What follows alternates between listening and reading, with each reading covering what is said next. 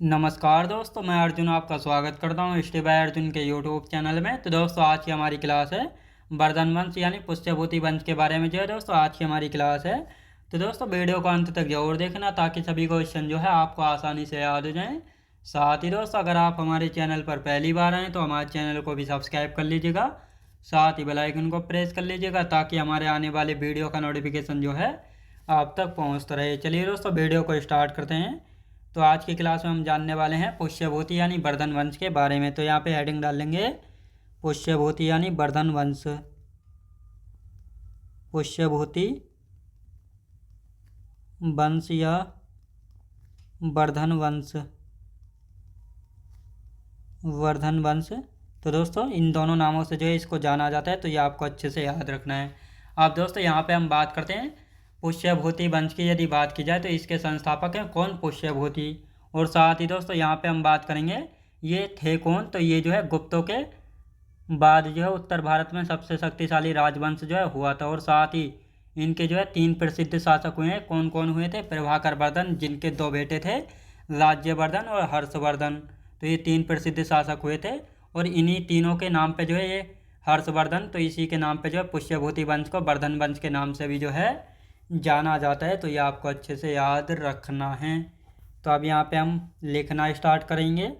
पुष्यभूति की यदि बात की जाए तो इसके संस्थापक यानी फाउंडर, संस्थापक यानी फाउंडर की बात करेंगे। पुष्यभूति, पुष्यभूति याद रखें दोस्तों। पुष्यभूति कौन थे? ये पुष्यभूति जो है वर्धन वंश या पुष्यभूति वंश के संस्थापक थे। अब यहाँ पे हम बात करने वाले हैं तो ये किसके बाद आए थे? गुप्तों के बाद। गुप्तों के बाद याद रखें दोस्तों। गुप्तों के बाद जो है उत्तर भारत में सबसे शक्तिशाली राजवंश था। उत्तर भारत में, उत्तर भारत में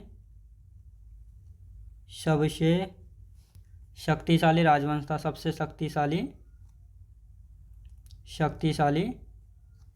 राजवंश था। याद रखें दोस्तों, सबसे शक्तिशाली राजवंश था। तो और ये कहाँ पर था? थानेश्वर में था। याद रखें दोस्तों, राजवंश था। तो ये आपको अच्छे से याद रखना है। अब दोस्तों यहाँ पे हम बात करते हैं इसके जो है 3 प्रसिद्ध शासक हुए हैं। तो इसको लिख लेते हैं। 3 प्रसिद्ध शासक हुए हैं। 3 प्रसिद्ध शासक हुए। याद रखें दोस्तों, 3 प्रसिद्ध शासक जो है हुए। यानी पुष्यभूति के बाद कौन आते हैं? आते हैं प्रभाकर वर्धन। तो यहाँ पे लिख लेते हैं प्रभाकर, प्रभाकर, प्रभाकर वर्धन आए थे। कौन दोस्तों? प्रभाकर वर्धन आए थे। अब दोस्तों यहाँ पे हम बात करते हैं इनके जो है 2 बेटे और 1 बेटी थी। तो इनको लिखेंगे राज्यवर्धन, राज्यवर्धन और साथ ही दोस्तों हर्षवर्धन।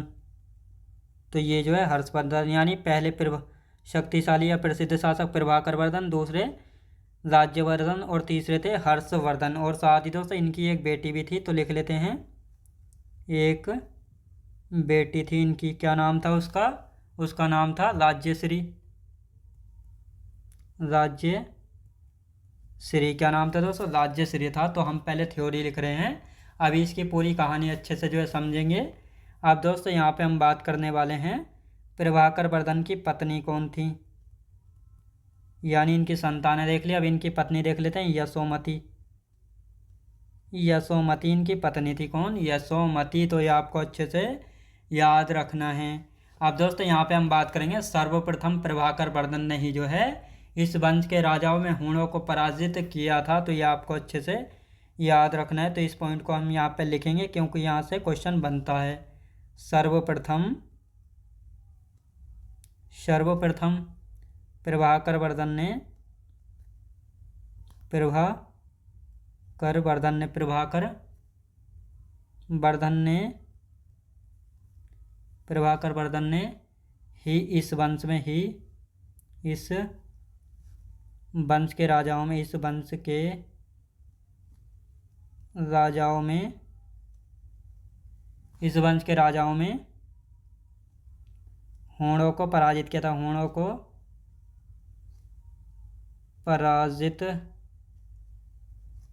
किया था। तो ये आपको अच्छे से याद रखना है। अब दोस्तों यहाँ पे हम बात करते हैं प्रभाकर वर्धन के बारे में।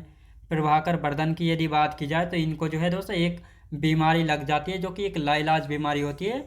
लाइलाज का मतलब होता है एक ऐसी बीमारी जो कभी ठीक नहीं होती है, तो उसको लाइलाज जो है कहा जाता है। और साथ ही इनको बचाने का जो है बहुत ज़्यादा प्रयास किया जा रहा है। किसके द्वारा प्रयास किया जा रहा है? एक राजवैद्य थे जिनका नाम था रसायन व सुसेन। तो ये दोनों राजवैद्य थे किसके? प्रभाकर वर्धन के। इनके द्वारा प्रयास किया जा रहा है प्रभाकर वर्धन को बचाने का, लेकिन इनकी बीमारी के कारण इनकी मृत्यु हो जाती है। जब इनकी मृत्यु हो जाती है तो इनकी पत्नी भी जो है दोस्तों आत्मदाह कर लेती है। आत्मदाह मतलब एक प्रकार की आत्महत्या जो है हो जाती है। तो अब इन सारे पॉइंटों को लिखेंगे और साथ ही इसके बाद आएंगे राज्यवर्धन के बारे में। तो दोस्तों अब लिखना यहाँ पे स्टार्ट करेंगे। तो लिखते हैं यहाँ पे, यानी प्रभाकर वर्धन,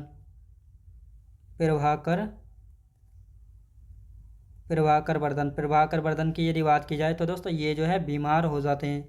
ये बीमार हो गए और इनको जो है जब ये बीमार हो गए लाइलाज बीमारी हो जाती है। लाइलाज, कैसी? लाइलाज बीमारी हो जाती है। अब दोस्तों यहाँ पे हम बात करते हैं इनको जो है बचाने का प्रयास किया जाता है। बचाने का प्रयास किया जा रहा है किसके द्वारा? इनके राजवैद्य थे। राजवैद्य मतलब एक डॉक्टर होते हैं। कौन कौन से थे? रसायन व सुसेन, याद रखेंगे, सुसेन। तो ये जो है इनके दो राजवैद्य थे जो कि इनको बचाने का प्रयास कर रहे थे। अब दोस्तों यहाँ पे हम बात करते हैं इनकी बीमारी के कारण इनकी पत्नी यशोमती ने आत्मदाह कर लिया था। इनकी बीमारी के कारण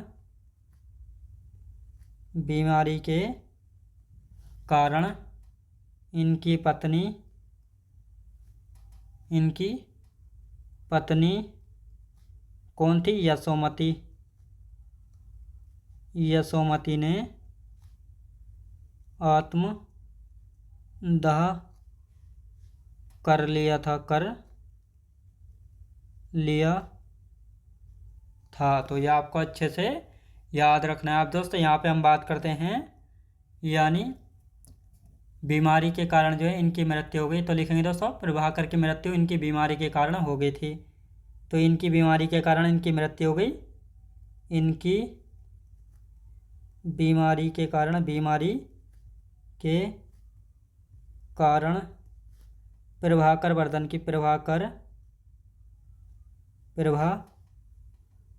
की मृत्यु हो गई। वर्धन की मृत्यु हो गई। तो ये आपको अच्छे से याद रखना है।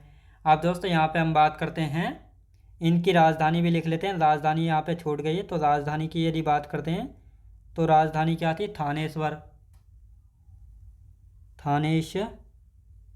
जो है दोस्तों इनकी राजधानी थी। और थानेश्वर कहाँ पे पड़ता था? हरियाणा में पड़ता था, हरियाणा में। अब दोस्तों बात आती है जब प्रभाकर वर्धन की मृत्यु हो गई तो इनके बाद गद्दी पर कौन आता है?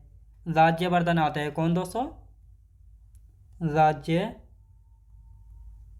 आता है। कौन आता है? राज्यवर्धन आता है। किसके बाद? प्रभाकर वर्धन के बाद, जो कि इनका बड़ा बेटा था। कौन था दोस्तों? जो कि इनका बड़ा बेटा था। अब इसका हम रिवीजन कर लेते हैं पहले और उसके बाद जो है आगे बढ़ेंगे। तो दोस्तों यदि बात की जाए पुष्यभूति वंश तो इसको हम जो है वर्धन वंश भी कहते हैं। क्यों कहते हैं? क्योंकि पुष्यभूति वंश में जो है 3 प्रसिद्ध शासक होंगे जो कि प्रभाकर वर्धन है और इनके 2 बेटे थे राज्यवर्धन और हर्षवर्धन। तो इन्हीं के कारण जो है पुष्यभूति वंश को जो है वर्धन वंश भी जो है कहा जाता है। तो पुष्यभूति वंश के संस्थापक यानी फाउंडर है पुष्यभूति। और ये पुष्यभूति जो है किन के बाद आए थे? तो गुप्तों के बाद जो उत्तर भारत में यानी नॉर्थ इंडिया में सबसे शक्तिशाली राजवंश था। कौन सा? पुष्यभूति वंश। उत्तर भारत में कहाँ पर? हरियाणा में थानेश्वर में था, जो कि इनकी राजधानी थी। साथ ही पुष्यभूति वंश में जो है 3 प्रसिद्ध शासक हुए हैं जिनका नाम है प्रभाकर वर्धन और इनके 2 बेटे थे राज्यवर्धन और हर्षवर्धन। साथ ही इनकी एक बेटी थी जिसका नाम है राज्यश्री। इनकी पत्नी है दोस्तों यशोमती। कौन है? यशोमती। अब दोस्तों यहाँ पे हम बात करेंगे यानी सर्वप्रथम सबसे पहले प्रभाकर वर्धन ने ही जो है इस वंश के राजाओं में हूणों को पराजित किया था। क्वेश्चन पूछा जाता है पुष्यभूति वंश में जो है सबसे पहले कौन से राजा थे जिन्होंने हूणों को पराजित किया था? प्रभाकर वर्धन थे। साथ ही आप दोस्तों हूणों को हराने के बाद जो है ये बीमार हो जाते हैं, यानी प्रभाकर वर्धन जो है बीमार हो जाते हैं और इनको इस प्रकार यानी एक लाइलाज बीमारी जो है लग जाती है। लाइलाज मतलब ऐसी बीमारी जो कभी ठीक नहीं होती है। तो इनको अब बचाने का प्रयास किया जा रहा है, किसके द्वारा? इनके राजवैद्य थे रसायन और सुसेन, लेकिन फिर भी ये ठीक नहीं होते हैं। अब इनकी बीमारी के कारण इनकी पत्नी यशोमती ने आत्मदाह कर लिया था। अब इनकी पत्नी को लगा कि मेरे पति जो है लाइलाज बीमारी से ग्रस्त हो चुके हैं, अब ये ठीक नहीं होंगे, तो इसीलिए जो है इनकी पत्नी ने अपने पति से ही जो है पहले मरने का फैसला किया। तो इसलिए इन्होंने आत्मदाह कर लिया। आत्मदाह मतलब अपने आप को जो है जला लिया था अपने पति के मरने से पहले ही। साथ ही इनकी बीमारी के कारण बाद में प्रभाकर वर्धन की भी जो है मृत्यु हो जाती है, यानी माता भी गई पिता भी गए। अब इनकी राजधानी की बात करेंगे थानेश्वर, जो कि हरियाणा में है। जब पिता की मृत्यु हो गई प्रभाकर वर्धन की, तो गद्दी पर आते हैं राज्यवर्धन। कौन आते हैं? राज्यवर्धन। तो अब राज्यवर्धन के बारे में पहले थ्योरी लिखेंगे और उसके बाद एक एक पॉइंट को यहाँ पे अच्छे से समझेंगे। तो राज्यवर्धन, तो दोस्तों इसके बहनोई गृहवर्मन जो कि कन्नौज का शासक था, इसका विवाह जो है किसके साथ हुआ था? तो राज्यश्री के साथ जब इसका विवाह हुआ तो इसका जो गृहवर्मन है जो कि कन्नौज का शासक था, तो राज्यवर्धन का जो है बहनोई हुआ। और तो इसकी हत्या जो है मालवा के शासक देवगुप्त ने की और साथ ही राज्यश्री को जो है कारावास यानी जेल में जो है डाल दिया। साथ ही अब जैसे ही ये खबर राज्यवर्धन को पता लगी कि इसने जो है मालवा के शासक देवगुप्त ने गृहवर्मन की हत्या यानी इसके बहनोई की हत्या करके इसकी बहन राज्यश्री को जो है अपहरण कर लिया यानी कारावास में जो है डाल दिया, तो राज्यवर्धन जो है गुस्से में आता है और देवगुप्त की जो है हत्या कर देता है।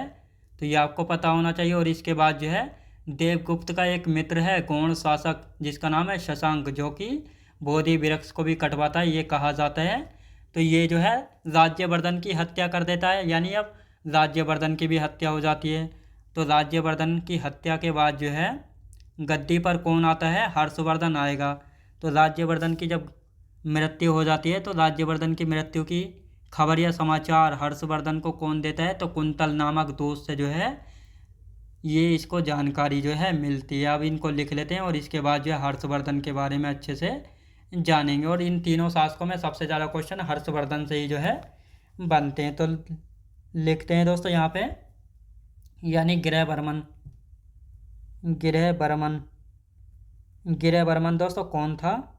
गृहवर्मन की यदि बात की जाए कन्नौज का शासक था, कन्नौज शासक था गृहवर्मन।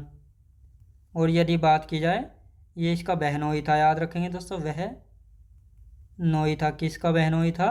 तो ये बहनोई था राज्यवर्धन का। किसका? राज्यवर्धन का। अब दोस्तों यहाँ पे हम बात करते हैं इसका विवाह किसके साथ हुआ था? राज्यश्री के साथ। राज्यश्री के साथ जो इसकी शादी हुई थी। अब दोस्तों यहाँ पे हम बात करने वाले हैं जो गृहवर्मन है इसकी जो है हत्या कर दी जाती है किसके द्वारा? मालवा के शासक देवगुप्त के द्वारा। मालवा के शासक देवगुप्त ने गृहवर्मन की हत्या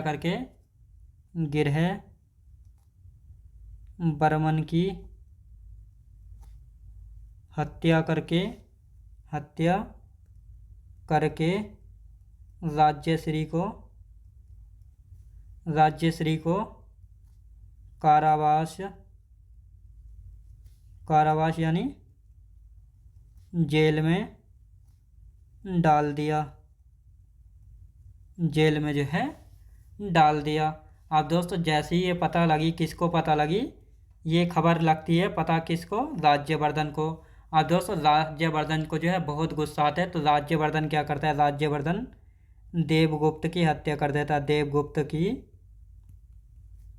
हत्या कर देता है। देवगुप्त की हत्या कौन करेगा? राज्यवर्धन जो है करेगा। अब दोस्तों जब देवगुप्त की हत्या कर दी किसने? राज्यवर्धन ने। याद रखें दोस्तों, किसने? राज्यवर्धन ने। अब दोस्तों यहाँ पे बात आती है राज्यवर्धन की भी हत्या हो जाती है। राज्यवर्धन की हत्या कौन करता है? तो लिखेंगे दोस्तों देवगुप्त का मित्र, देवगुप्त का मित्र, गौण शासक,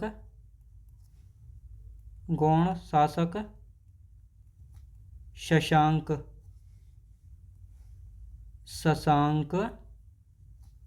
गौण शासक शशांक देव।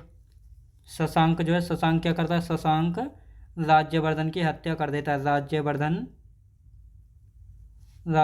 की हत्या कर देता है, याद रखें दोस्तों। यानी अब राज्यवर्धन की भी हत्या हो जाती है। तो अब दोस्तों यहाँ पे हम बात कर लेते हैं, राज्यवर्धन की भी हत्या हो चुकी है। अब राज्यवर्धन की जो हत्या हुई है तो इसकी खबर के बारे में बात कर लेते हैं। राज्यवर्धन की मृत्यु की खबर, राज्यवर्धन की मृत्यु की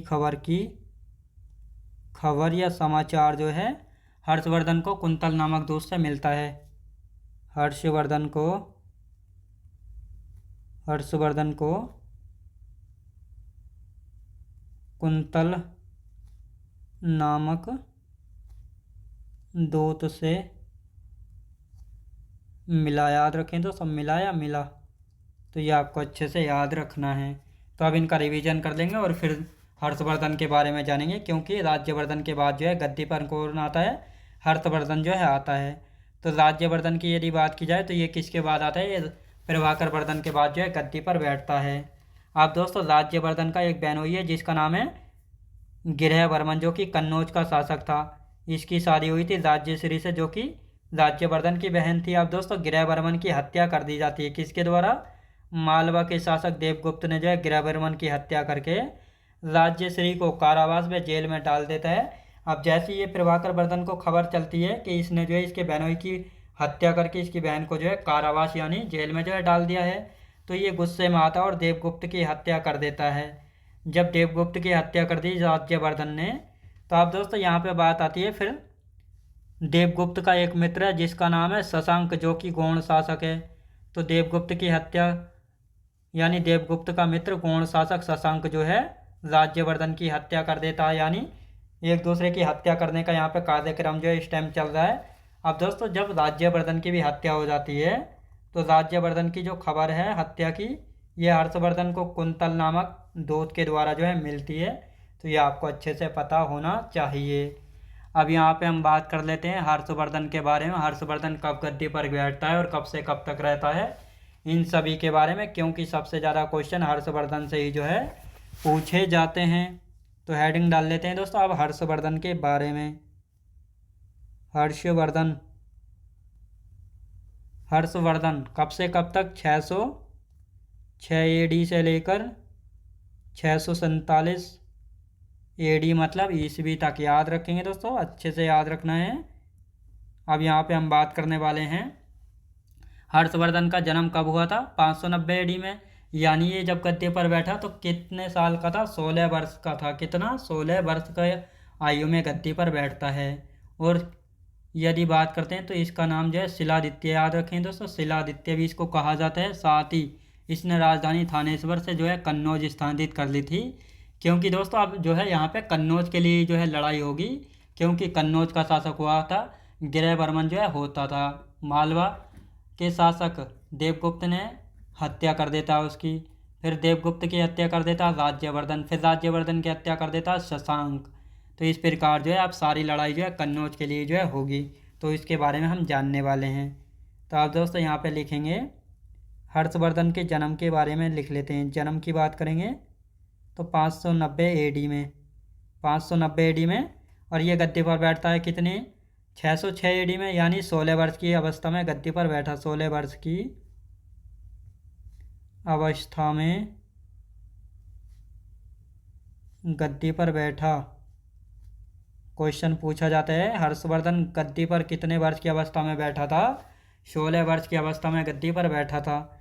यदि बात की जाए तो इसको शिलादित्य भी जो है कहा जाता है, शिलादित्य, याद रखें दोस्तों, शिलादित्य। अब यहाँ पे हम बात करते हैं दोस्तों, इसने अपनी राजधानी जो है राजधानी थानेश्वर से जो है स्थानांतरित करके कन्नौज स्थानांतरित कर दी थी, कन्नौज स्थानांतरित कर ली, स्थानांतरित की, याद रखें दोस्तों। अब ये कन्नौज को भी अपने अंडर में ले लेगा, यानी कन्नौज पे भी जो है विजय प्राप्त कर लेगा। अब दोस्तों यहाँ पे हम बात करते हैं इसकी पत्नी भी है एक, तो पत्नी की यदि बात करते हैं तो कौन सी पत्नी है इसकी, दुर्गावती इसकी पत्नी हो जाती हैं। किसकी, हर्षवर्धन की यहाँ पे हम बात कर रहे हैं, दुर्गावती जो है इसकी पत्नी है।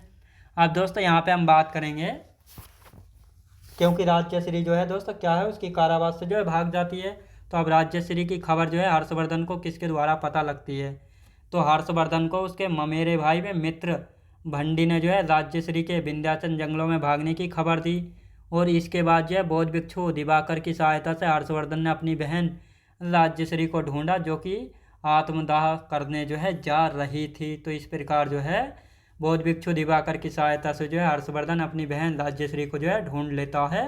और इसके बाद जो है दोस्तों ढूंढने के बाद क्या करता है, हर्षवर्धन गौड़ शासक शशांक की हत्या करके कन्नौज पर जो अपना अधिकार कर लेता है। और अधिकार करने के बाद क्या करता है, अपनी बहन राज्यश्री को कन्नौज को सौंप देता है। और वहाँ का जो है राज्य किसको चलाने को कहता है, कन्नौज का शासन जो है राज्यश्री को चलाने को कहता है, लेकिन राज्यश्री जो है मना कर देती है। तो इस प्रकार जो है दोनों भाई बहन जो है कन्नौज का शासन जो है संभालते हैं। तो ये कहा गया यहाँ पे। तो अब इसको यहाँ पे हम सारे पॉइंट लिखना शुरू करेंगे ताकि आप सभी को अच्छे से याद हो जाएं।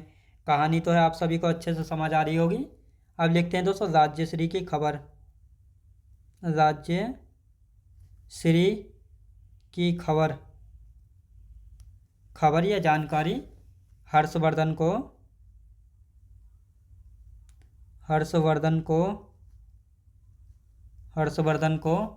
उसके ममेरे भाई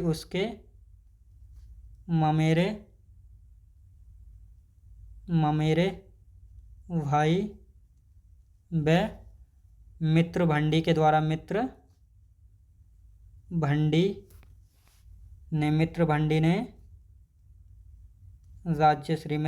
ने राज्यश्री के विंध्याचल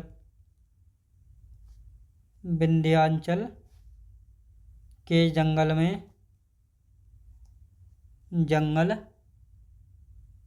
भागने की खबर दी।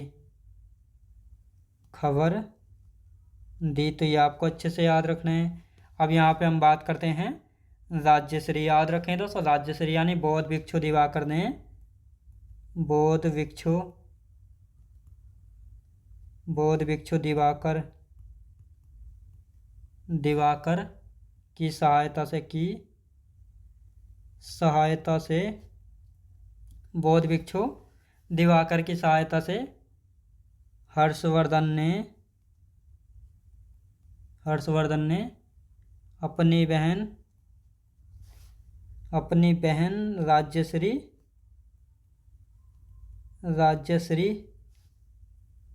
राज्यश्री को ढूंढा, जो आत्मदाह करने जा रही थी, जो आत्मदाह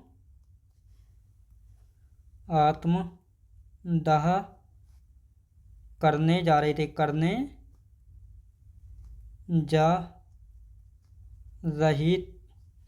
याद रखें तो जा रही थी, है की जगह यहाँ पे थी लिखेंगे, जा रही थी। तो ये आपको अच्छे से याद रखना है। अब दोस्तों हर्षवर्धन ने गद्दी पर बैठने के बाद जो अपनी बहन राज्यश्री को जो है ढूंढ लिया है। अब दोस्तों हर्षवर्धन क्या करता है, हर्षवर्धन ने गौड़ शासक शशांक की हत्या जो है कर देता है। तो लिखेंगे दोस्तों हर्षवर्धन गौड़ शासक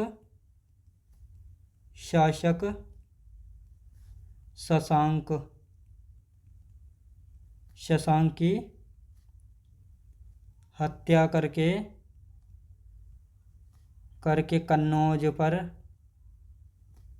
कन्नौज पर अपना अधिकार कर लेता, अपना अधिकार कर लेता है। तो ये आपको अच्छे से याद रखना है। आप दोस्तों हर्षवर्धन ने जो है गौड़ शासक शशांक की हत्या करके जो है कन्नौज पर अपना अधिकार कर लिया है। और अधिकार करने के बाद जो है बाद में इसको अपनी राजधानी भी जो है बना लेगा, यानी थानेश्वर से अब अपनी राजधानी हर्षवर्धन ने कौन सी बना ली है, तो कन्नौज को जो है बनाएगा। तो ये आपको अच्छे से याद रखना है। अब आते हैं दोस्तों हर्षवर्धन का दक्षिण भारत में साम्राज्य विस्तार, यानी अब हर्षवर्धन जो है साम्राज्य विस्तार के लिए जो है दक्षिण भारत में आक्रमण करेगा। जब ये दक्षिण भारत में आक्रमण करता है तो इस समय जो है दक्षिण भारत में चालुक्य वंश होता है। तो चालुक्य वंश का शासक पुलकेशिन द्वितीय जो है हर्षवर्धन को दक्षिण भारत के आक्रमण करने पर जो है इसको नर्मदा नदी के तट पर जो है हरा देता है। तो ये आपको अच्छे से याद रखना है। और ये जानकारी जो है किस अभिलेख में मिलती है, तो इसका वर्णन जो है रवि कीर्ति द्वारा लिखित ऐहोल अभिलेख में जो है मिलता है। तो ये आपको अच्छे से याद रखना है। तो अब इस पॉइंट को यहाँ पे लिख लेते हैं। हर्षवर्धन की यहाँ पे हम बात कर रहे हैं। हर्षवर्धन का दक्षिण भारत विस्तार। हर्षवर्धन का दक्षिण भारत में साम्राज्य विस्तार। भारत में साम्राज्य विस्तार की यहाँ पे हम बात करने वाले हैं। तो साम्राज्य विस्तार की यदि बात करेंगे, इस समय दक्षिण भारत का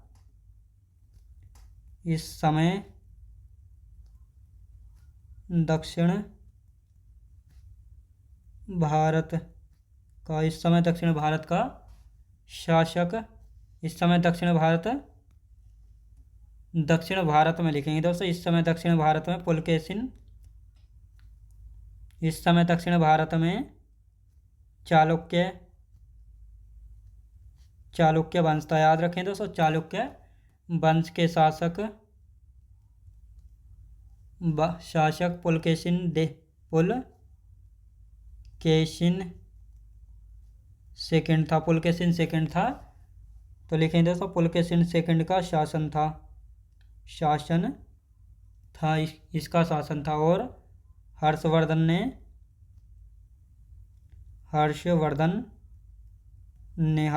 ने जैसे ही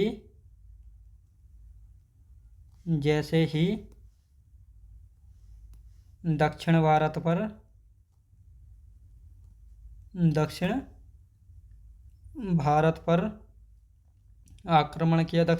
पर आक्रमण किया, तो पुलकेशिन द्वितीय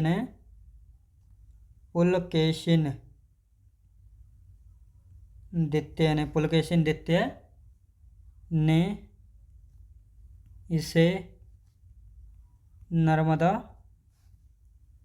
नदी के तट पर हरा दिया था। तो ये आपको अच्छे से याद रखना है।